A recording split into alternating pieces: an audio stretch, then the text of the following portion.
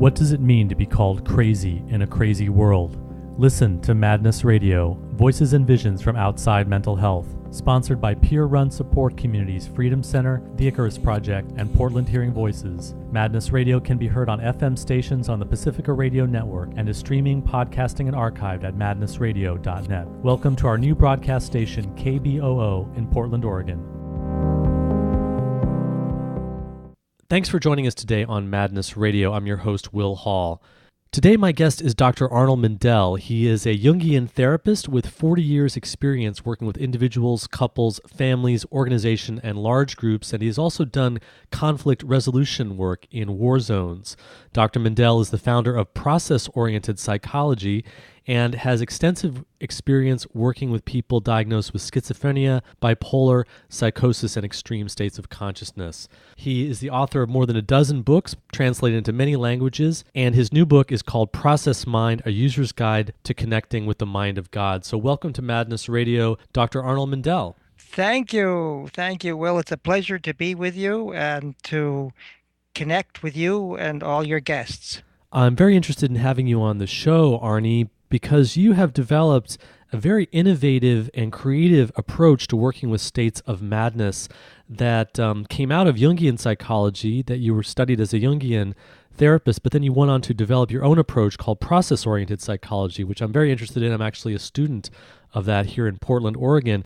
But what people may not know also is that you actually began your work as a physicist studying in Switzerland, and then you got interested in Jungian psychology. Tell us about how you made that transition from studying physics to going into the world of psychotherapy and psychology. Well, already as a child, I just loved nature. I loved people, and I loved watching the rain come down, and I always wondered about it. Where's it coming from, that rain? What are the clouds doing up there? What are the trees all about? And one thing led to another, and I began to study engineering and physics and applied physics. And then I went to MIT, and already while I was at MIT, I began to realize, my God, these people are not scientific. Well, some are not scientific enough. I mean, by science, well, what I mean by science is being very accurate about noticing what's happening and exploring what we've observed. And I noticed that the physics community is wonderful about exploring electrons and exploring subatomic states and all of that. But they were not good at exploring the observer's nature. And I missed that. Psychology should be a part of physics, but it wasn't yet. And so I decided, well, okay, that's okay, but let me go to Zurich and continue my studies. And then I was studying in part at the physics department there at the ETH in Zurich. And then I sort of got excited about dreams. And I told one of my student colleagues, I'm dreaming a lot of wild things at night. And the colleague said, well, you better go see this old witch there, in this witch doctor. And that's how I met Marie-Louise von Franz. She was Jung's main student at the time. She wasn't a witch. She was a great character, but she was like a witch in a way. And so we studied dreams, and I got into Jungian psychology. Arnie, you said that you felt that something was missing in physics, that it wasn't scientific enough. Now, is this related to the idea in quantum mechanics that the observer, the scientist, influences the thing that they're observing, and therefore, to be truly scientific, it's important for physics to actually start to look at the psychology of the people who are doing the research, the people who are observing, the people who are behind the science, rather than seeing them as separate from the thing that's being studied? That's right, that the observer affects what's observed. That's one of quantum physics' main activities, is to have discovered that, yes. So to be truly scientific, physics needs to really address psychology. Know more about the observer, absolutely. Who are we? What are we? Who are we? Who is it that wants to observe something?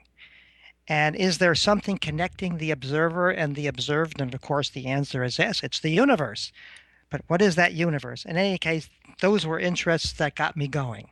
So, when you began to meet with Marie Louise von Franz and study your own Hmm. dreams, what was it that inspired you so much that it led you to begin to study Jungian psychology? Well, I was so excited about dreams. My God, I go to bed at night and you don't know what's going to happen. And then you dream this weird stuff and you wake up in the morning and you think about it and you think, my God, of course, who is it in that world of dreams that is giving me this fantastic information? That's what I just absolutely loved about Jung and still do, and about Jungian psychology is the interest in dreams and dreaming. Arnie, what about a scientist who might say, wait a second, this is dreams and imagination and fantasies and stuff that you make up? What does that have to do with studying the objective real world that we're interested in science? Well, I would say to a scientist, I like those questions, and I think that's the right kind of question. And science, the way it's defined today, isn't really quite scientific. It doesn't study, it rather marginalizes first person experience, first person discussion. So if I say, I dream this, or I dream that, or I feel this, or I feel that, science doesn't take that into account. It doesn't know what to do with first person experience. So that is why I started to develop process work to learn how to listen to exactly what it is someone is doing. Process work, in a way, is evidence based in the sense that it watches the person, it listens exactly to the person, and I'm interested in what helps somebody exactly. What did I do? What did I say? But to do that, I have to be scientific about first person experience, and science in general doesn't do that. So, when you started to study dreams in Yeah. Zurich using Jungian psychology, Hmm. what were some of the things that you learned? How is it that dreams can be useful or helpful to us in improving our lives and solving problems? What I learned was that dreams and the dreaming process, in other words, following dreams and noticing dreams that come up during the day and what have you in fantasies, listening to those things is very, very important. It's teleological or meaningful that what people do. So Jung took first person experience very seriously up to a point. He said, watch what people dream, watch what people feel, and follow that. Try to understand it. And what would be an example of that, following the dreaming process and using dreaming to get better insight about yourself and the world? For example, a childhood dream. Jung, Jung realized that childhood dreams sometimes predicted the kinds of professions people have. So, for example, in my earliest dream in childhood, I remember dreaming about a bear, and he was like chasing, he was chasing me around, chasing me in and out of my father's car. And so one of the meanings of that dream, which has been happening in a way throughout my whole life, it's like a personal myth, your first dreams. What is that I'm constantly going back to my fatherliness and then out from my fatherliness into the world in ever greater circles around my father's car. The bear is chasing me all the time. My fatherliness. I'm a very fatherly, kind person, part of me, and another part of me is a bear that just loves to explore nature. That's the physicist part of me. Arnie, you went from your studies of Jung to develop your own method, which is called process work or process oriented psychology, and it draws on a lot of different elements. There are systems theory, family therapy elements. It uses a lot of psychodrama and some ideas from Gestalt, and also is very body oriented. Tell us about how you develop process work and how it's different from Jungian approaches. Well, from Jung, I learned to follow dreams, and so I took that very seriously. I wanted to follow dreams, but at the time, the Jungian community was working with people mainly who could come and sit in chairs and talk to you. And I love that. I love talking with people who can sit in chairs, but it didn't work with people who were sick and dying in the hospital. It didn't work with people who were jumping around with extreme states. It didn't go far enough yet with its basic paradigm. So I decided to develop something called process work, which means follow what people are doing, even if they're not sitting in a chair. Maybe they're lying in a bed. Maybe it's their last 10 minutes of life or whatever. That's the coma work part of process work. I'm very interested in discussing the applications to extreme states and madness, but process work also has a whole perspective on power relations and social issues and does a lot of work with large groups and diversity and group conflict, which I think is really important because that gives a much deeper understanding of mental health issues and discrimination and marginalization of madness and extreme states and the power relations that are often involved in psychiatric diagnosis. How is it that you developed that whole perspective to process-oriented psychology? Well, that's just it, that I went through my own analysis, and after my analysis was done, I realized, oh my God, there's a whole part of my personality that I have just never talked about. I never dreamed about it. I was badly hurt as a child. I was born in 1940, and I was badly hurt because of religious issues by other children who decided that the religion I belonged to was something that should be eradicated and wanted to kill me. And I just repressed it. It was too traumatic to deal with. It was only after I finished my Jungian analysis that I realized, hey, why did I have to repress? Why was this almost beyond dreams? And this experience of mine. And then I realized, wow, sitting in a chair is good, but I need to get back onto the streets. I need to learn how to work with people in a way that's real, the way people feel. I need to work with people who hate each other and who love each other. So that's how I began to develop world work and to work with people in conflict everywhere. So your interest in social issues and power relations really comes out of your own personal experience of being attacked for your religious background. Arnie, can you give us some examples to give us more of a sense of how you work with dreams and how you bring that whole dreaming perspective into individual work and also group work? Well, there's all sorts of applications to what I've done with dreams. For example, I'm going to tell you a story, a very brief story about somebody who had angina heart problems. And he came to me. I was a Jungian analyst at the time. He came to me and he said, I heard you're interested in everything in life, not just dreams. I said, yeah. But before we go into dreams, tell me, what are you feeling in your body? What's your first person experience of angina? Oh, he said, I have a terrible knife feeling in my, like, hurts terribly. And then I said, aha. So there's a knife in your body there. And I said, now, what did you dream last night? And he said, I dreamed about a carving knife, a big one. So then I said to him, did you ever consider the possibility that maybe you should be sharper and get more to the point? He said, well, what do you mean? I'm a reverend. I'm a pastor. I work in the church.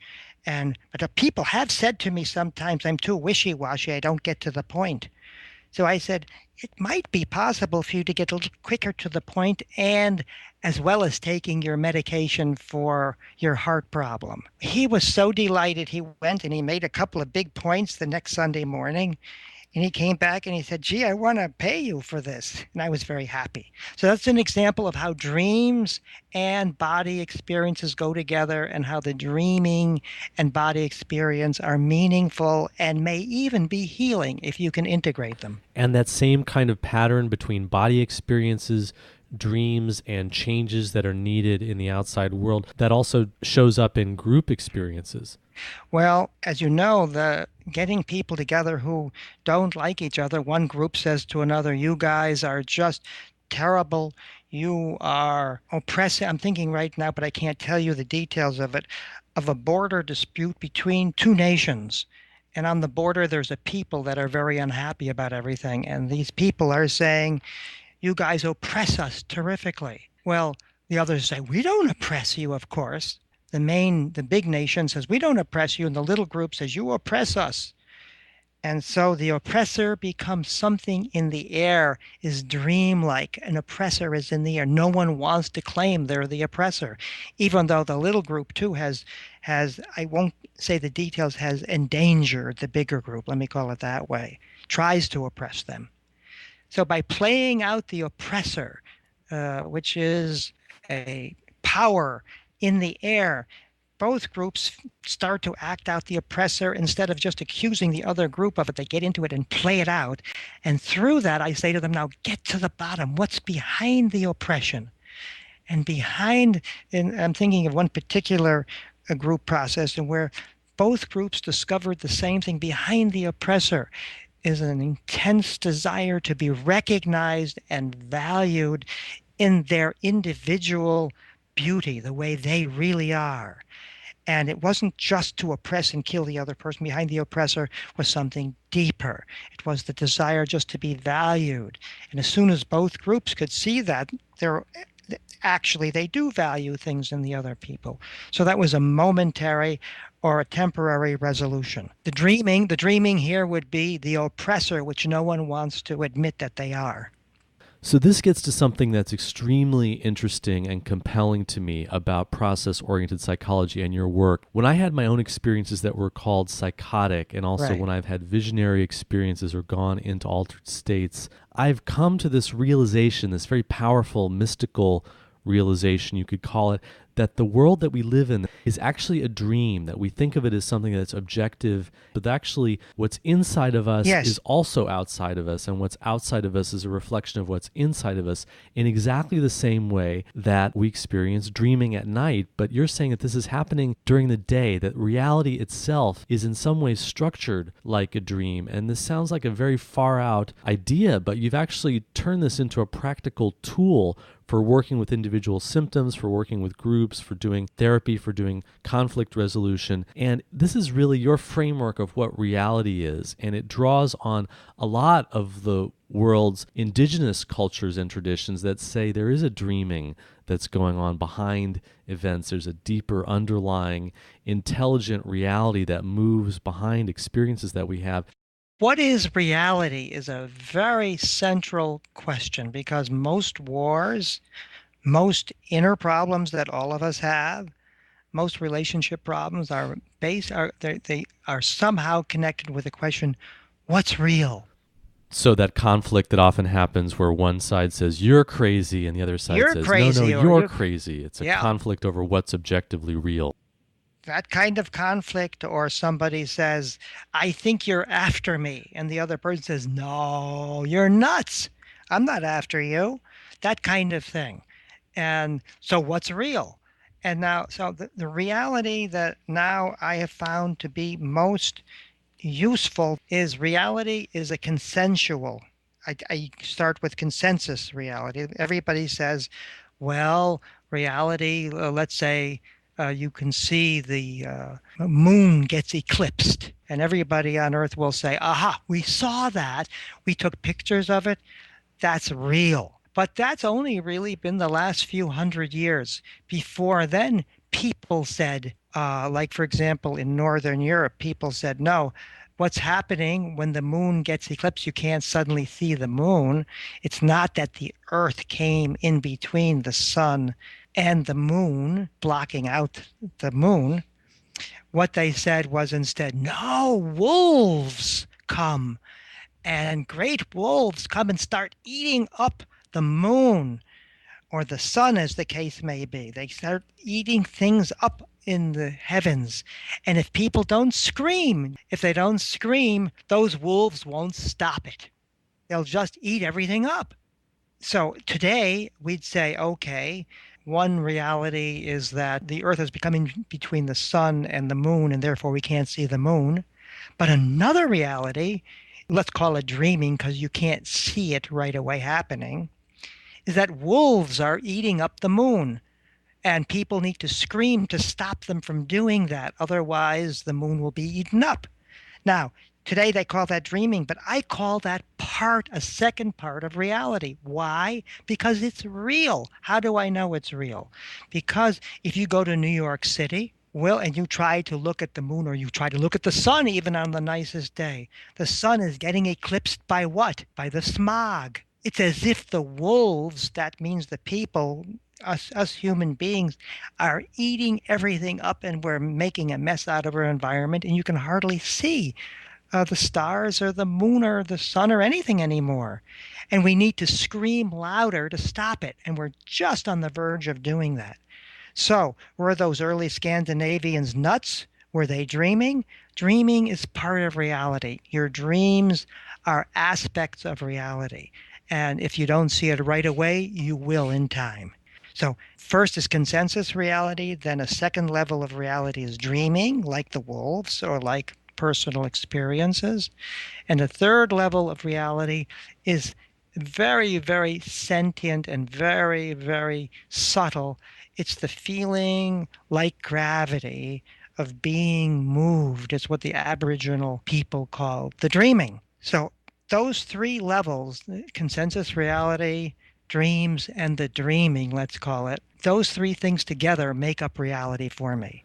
You have a degree in physics from MIT. How do your studies of quantum physics support this idea that there are three levels to reality? The consensus reality level, which we can sort of observe and see objectively from the outside. The dreams level, which is our night dreams, but also our personal experiences, our emotions and feelings, myths, folklore, things that we believe in, imaginations, and then what you're calling the dream time related to Aboriginal beliefs. Well, quantum physics helps me a great deal in all of this because, and it's even led me in all of these things, because quantum physics, things happen that can't be causally explained. Like one particle in a quantum system connects with another particle in a quantum system through the process called entanglement. Even though two particles may be hundreds of miles apart, they may be connected and entangled. And this is something since the 1970s or 80s and 90s that people have discovered. But dreamers have always, and shamans have always known that. You go into an altered state with someone that you're connected with, and sometimes there seems to be a synchronistic connection. Quantum physics helps me to understand dreaming. Now, what you're saying has huge implications around mental health issues because when people are in experiences, states of consciousness that get called psychotic, we say that they're out of touch with reality. And when I have been in these altered states, and I've been in hospitals and I've been diagnosed with schizophrenia myself, my experience was that I was in a different reality. I was not out of touch with the one reality. I was just in a different reality. And so you are presenting a framework from physics and psychology and world spirituality that supports the idea that there are alternate realities. And the question is, how do we get the realities to communicate or relate to each other? So what are the implications of what you're saying for our understandings of madness? And tell us about how you work with extreme states of consciousness. Well, the reason I use the word extreme states is because medicine, for me, when it comes to many things like allergies and when it comes to things like extreme states or psychotic phenomena, whatever they want to call it, is in a pre-scientific phase. By that, I mean that people just don't know what it is, and most of the medicines are oriented, as almost everyone knows, towards calming people down and trying to make them more reasonable, even though it doesn't always work very well. So I use the word extreme state to be more scientific because it's just that the states that you're in when you're in an extreme state are states everyone goes through a little bit. They're statistically not quite as prevalent as other states. So calling them sick doesn't make any sense to me. They're just there are states that we all go through, though people who go through extreme, so-called extreme states, stay in those states longer or go through them more often. But they're absolutely unto themselves normal states of consciousness. It's just that some people have more of them than others.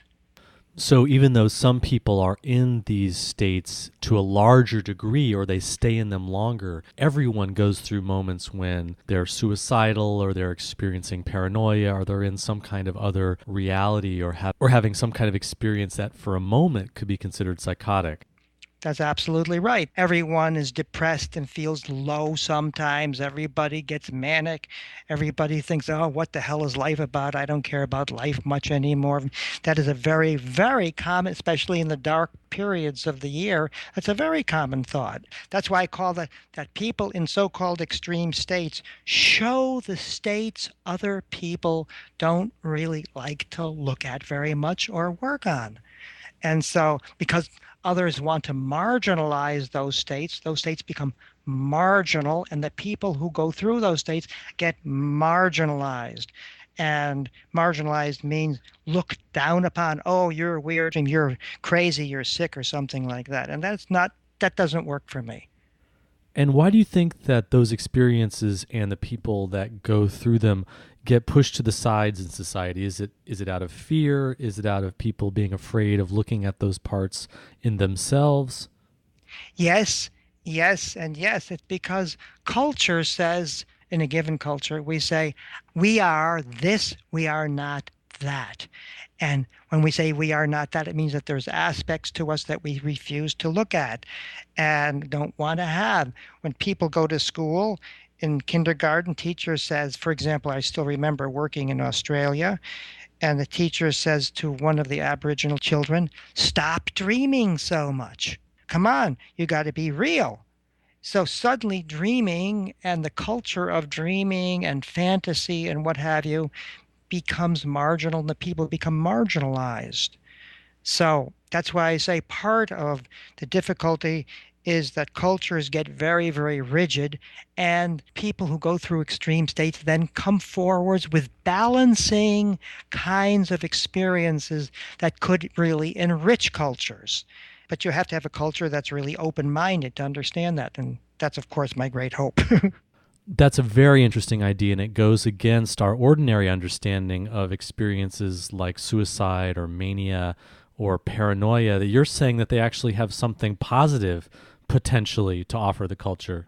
Will they have, that's why I call it the city in my book, the city shadow, that these people are shadows of that they have, that these are people who have experiences that could be very important for the mainstream cultures to pick up on and look into spiritual experiences, far out, playful experiences, scary experience, demons, and all that sort of stuff. That's all just sort of pushed away. And the mainstream cultures need that more.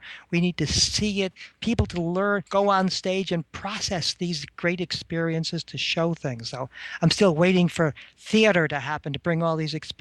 I think the more cultures bring out their experiences and accept them, the better everybody will feel.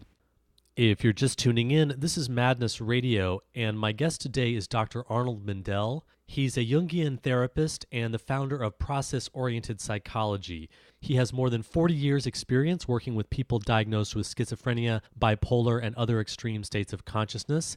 And he's the author of more than a dozen books, and his most recent book is called Process Mind, A User's Guide to Connecting with the Mind of God. These are some very interesting ideas. Can you give us some examples of how you put these into practice in your work with clients around extreme states?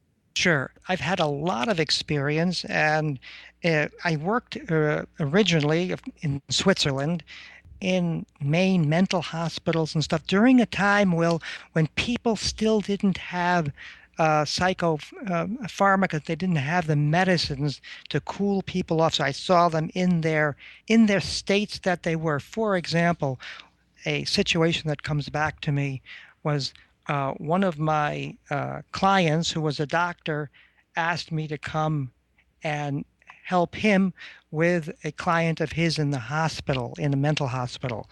And when I came in, uh, there was a person I saw. She was under her bed, and she wasn't talking. And they said she was very sick and they didn't know what to do with her. She wouldn't come out from her bed. So I didn't know what to do. So I thought, she's under the bed. What should I do? Why not join her in some way? So I went under a chair at a distance from her. So suddenly she spoke in her language, and she said to me, it's no good being a person. So I said, aha, okay, let's stay where we are. She said, I'm in a fishbowl and I am a fish.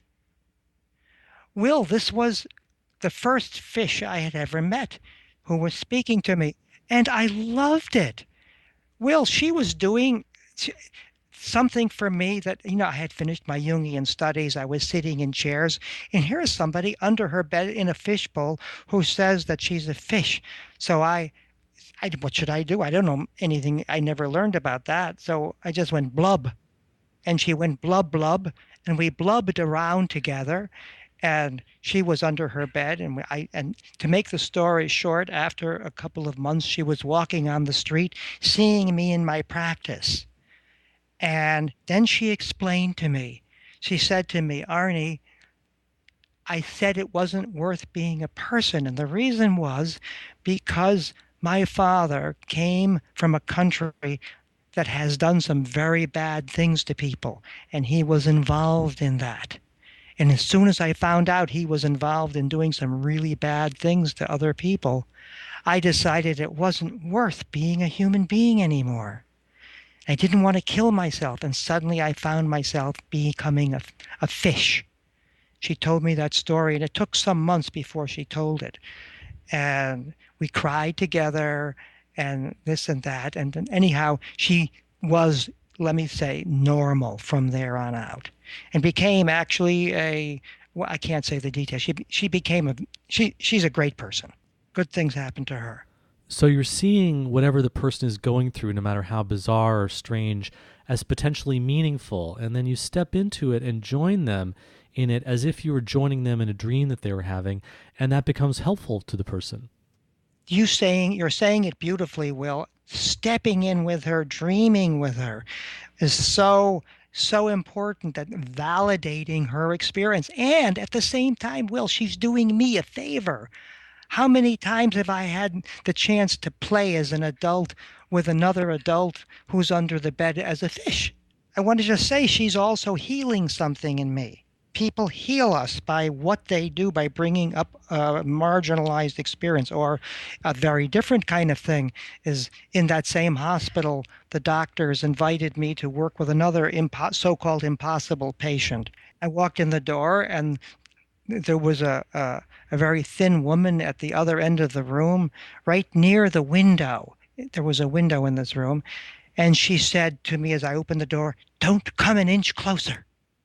This is a woman who hadn't talked to people before. And they told me she didn't communicate. So anyway, she said, "Don't come an inch closer." So I thought to myself, I said, "You're smart," because from my experiences then already as a therapist, I imagined something unfortunate had happened to her. So I said to her, "You're smart. You're brilliant, and you know how to keep people at a distance, and that's important." She just looked at me for a couple of moments, and then she said, "Okay, you can sit down, but not too close." And so our relationship began slowly like that. That's another example. She wasn't just incommunicative, she was doing something intelligent. So you approached her in a way that validated her experience and listened to where she was coming from, and she responded to that. That's right. Looking at her, watching her, seeing what's happening, and all of that. So that's what process work is about. You can't tell somebody exactly what to do with somebody else. You have to follow your experience. And sometimes you're the kind of person you may be shy or afraid of people like that. That's just fine too. But you need to be able to follow them and yourself. Let me give you another example. Another example of somebody who was two men brought him to my practice. They had him on his arm, holding him down, and then they let go of him, and he was jumping all around. You might call him just plain nuts, or he was manic, or you can use any term you want. But he came into my room and he sat on my chair. I was still trying to behave like a normal Jungian at that time. And this man, Will, scared me because he was sitting in the chair, and suddenly I had never seen this ever before. He jumped from a sitting position up into the air, and he hit his head on my ceiling in my room. Will, that was amazing. I had never seen anything like that in my whole life. And I almost cried. I said to him, "Hey, you can't do that with Arnie Mindell. If you want me to be your friend, you can't do that because I'm too scared. I don't know how to deal with that," which is really true. There I was just following myself. And he stopped and he looked at me and he said, "My God, no one ever treated me like a person." I said, "I'm not treating you like a person. I'm just chicken. I'm scared. Please don't do that anymore if you want to work with me. Otherwise, I'll find somebody you can work with. Well, anyway, it was the human relationship element there that became important. So there's all kinds of processes. Those are just a couple of them.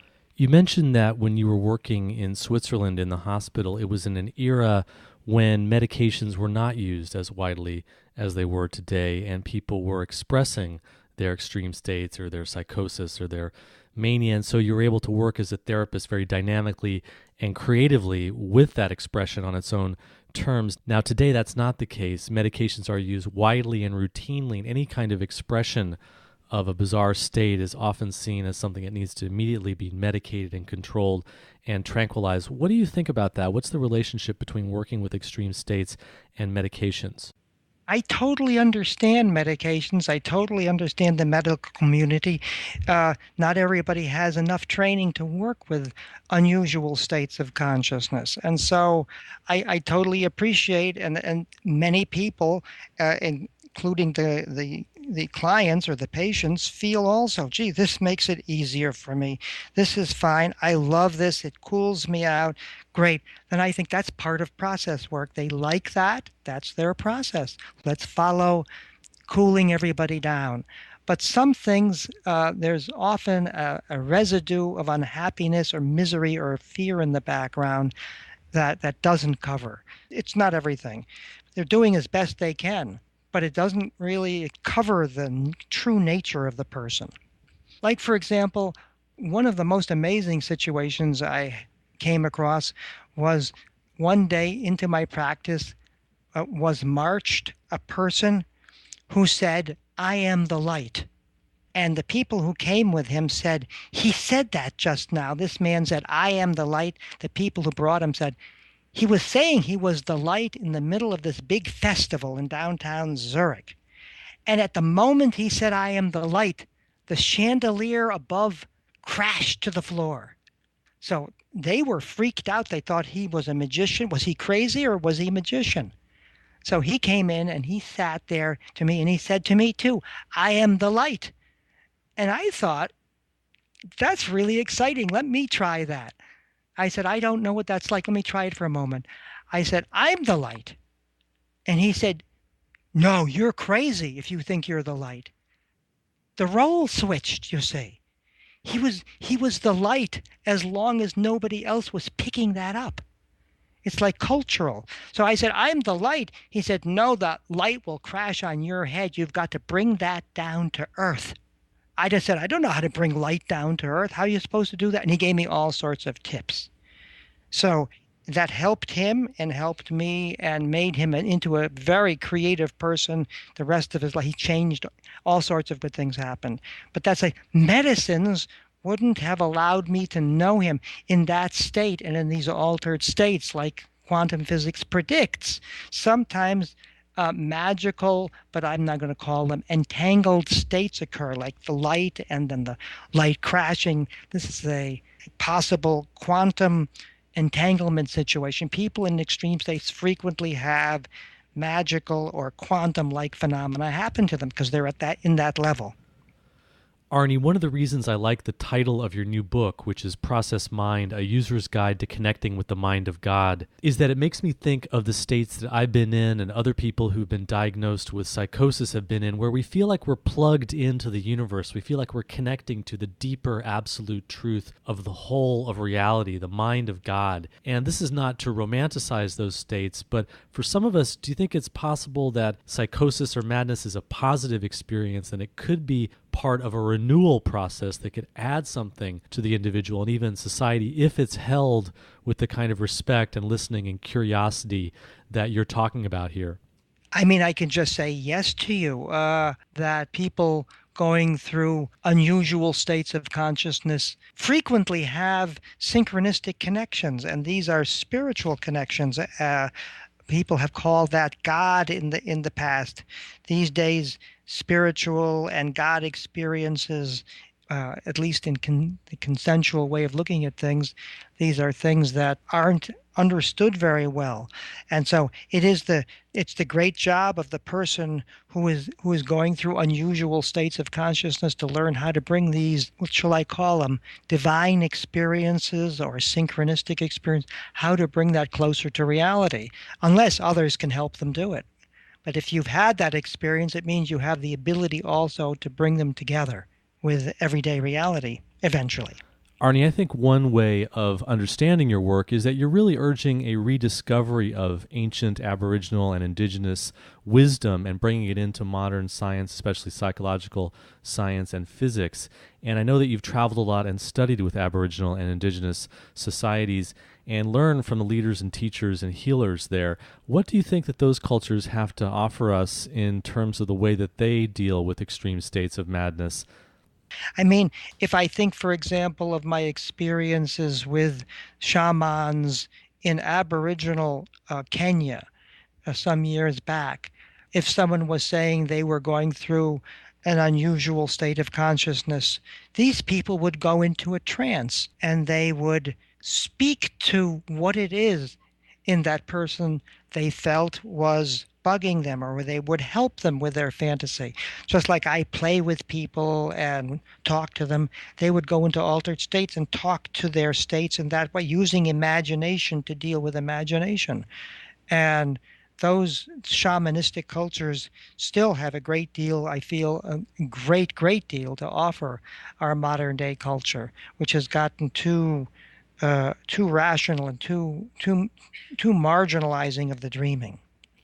That's interesting how the sort of playful and creative techniques that you use are in parallel to the rituals and trance experiences that healers go through in shamanic cultures.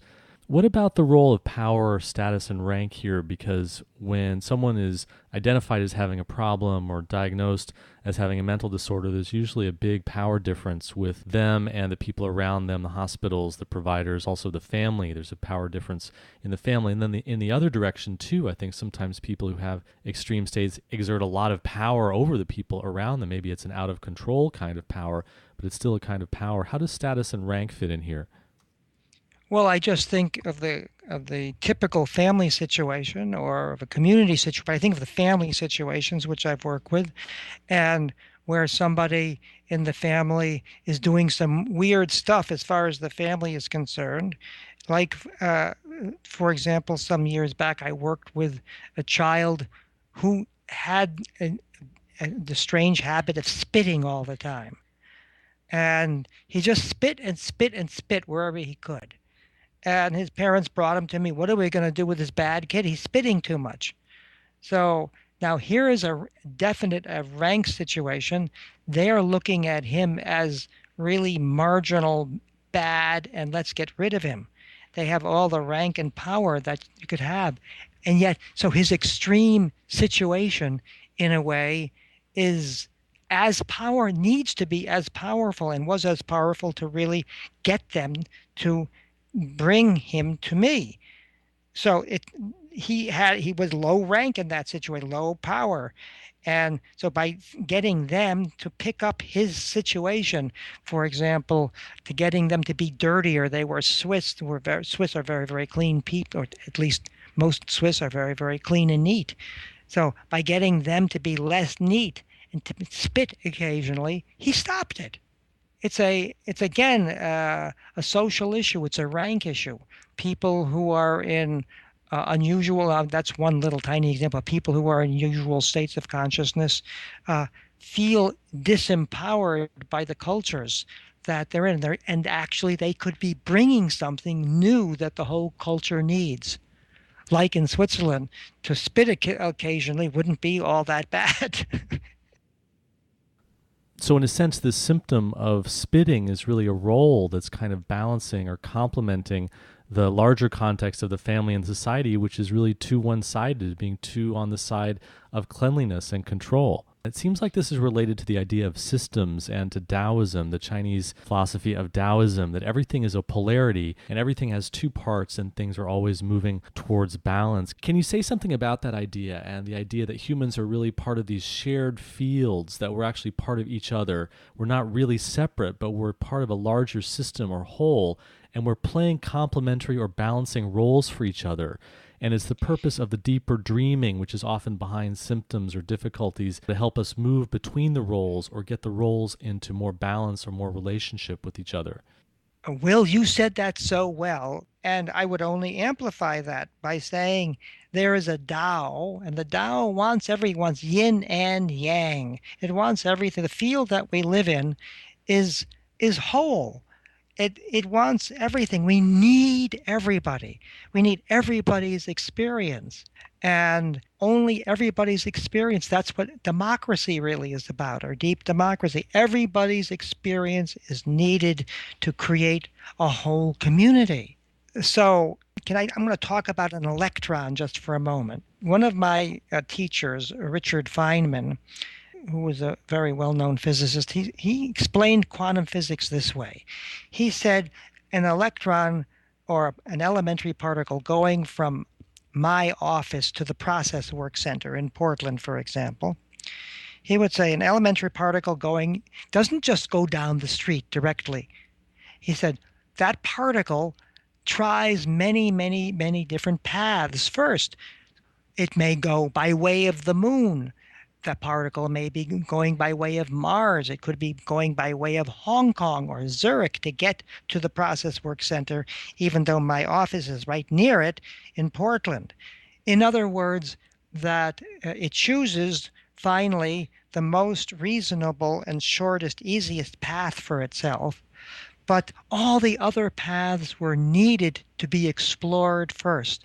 So that's what I feel about extreme states and about all states of consciousness, all kinds of, we need everybody's way of doing things, even if it doesn't look reasonable to us at first.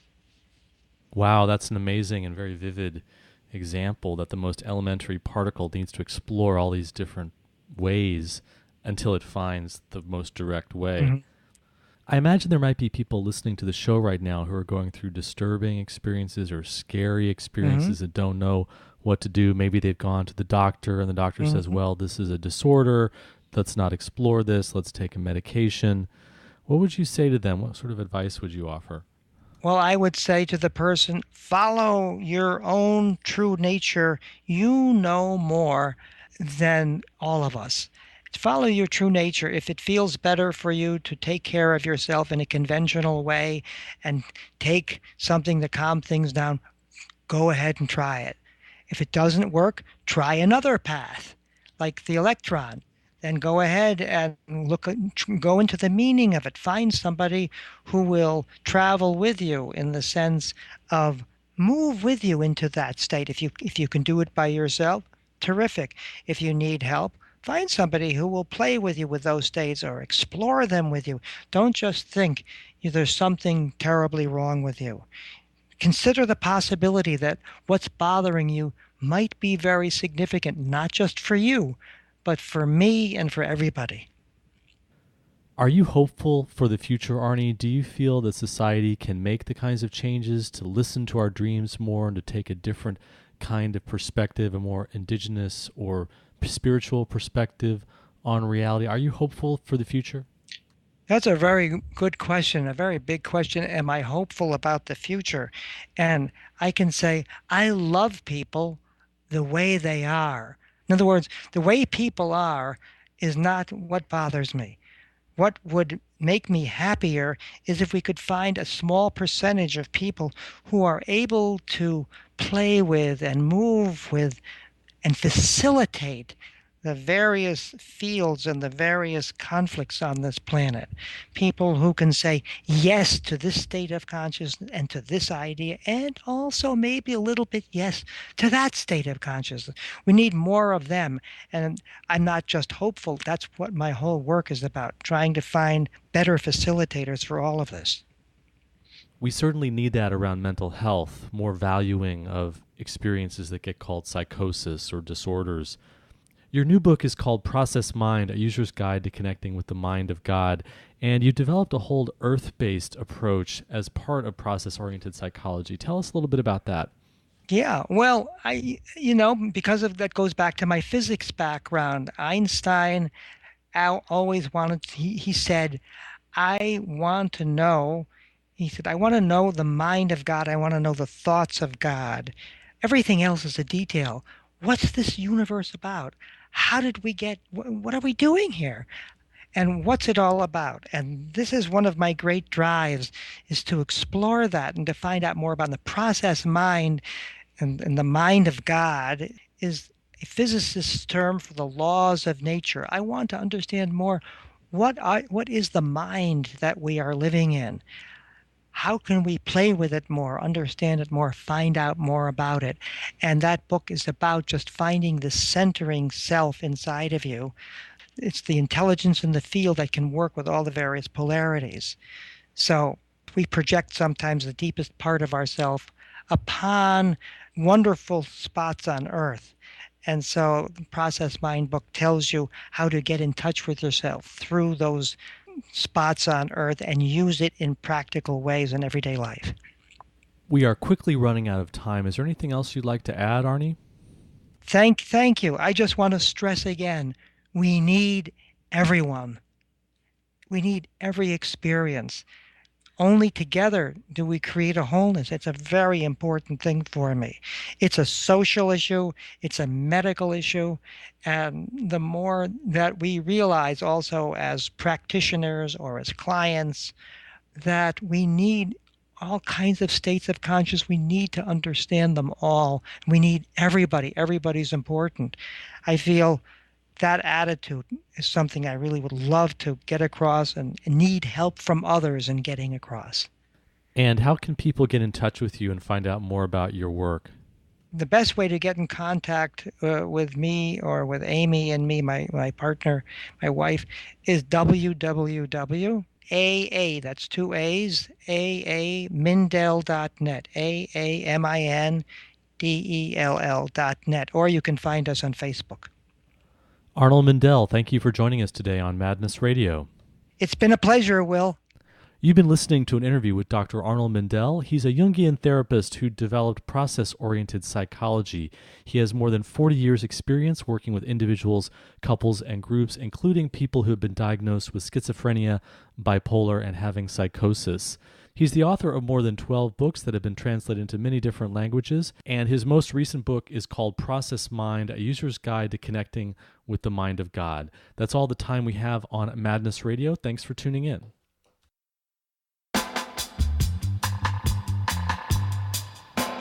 You've been listening to Madness Radio, voices and visions from outside mental health.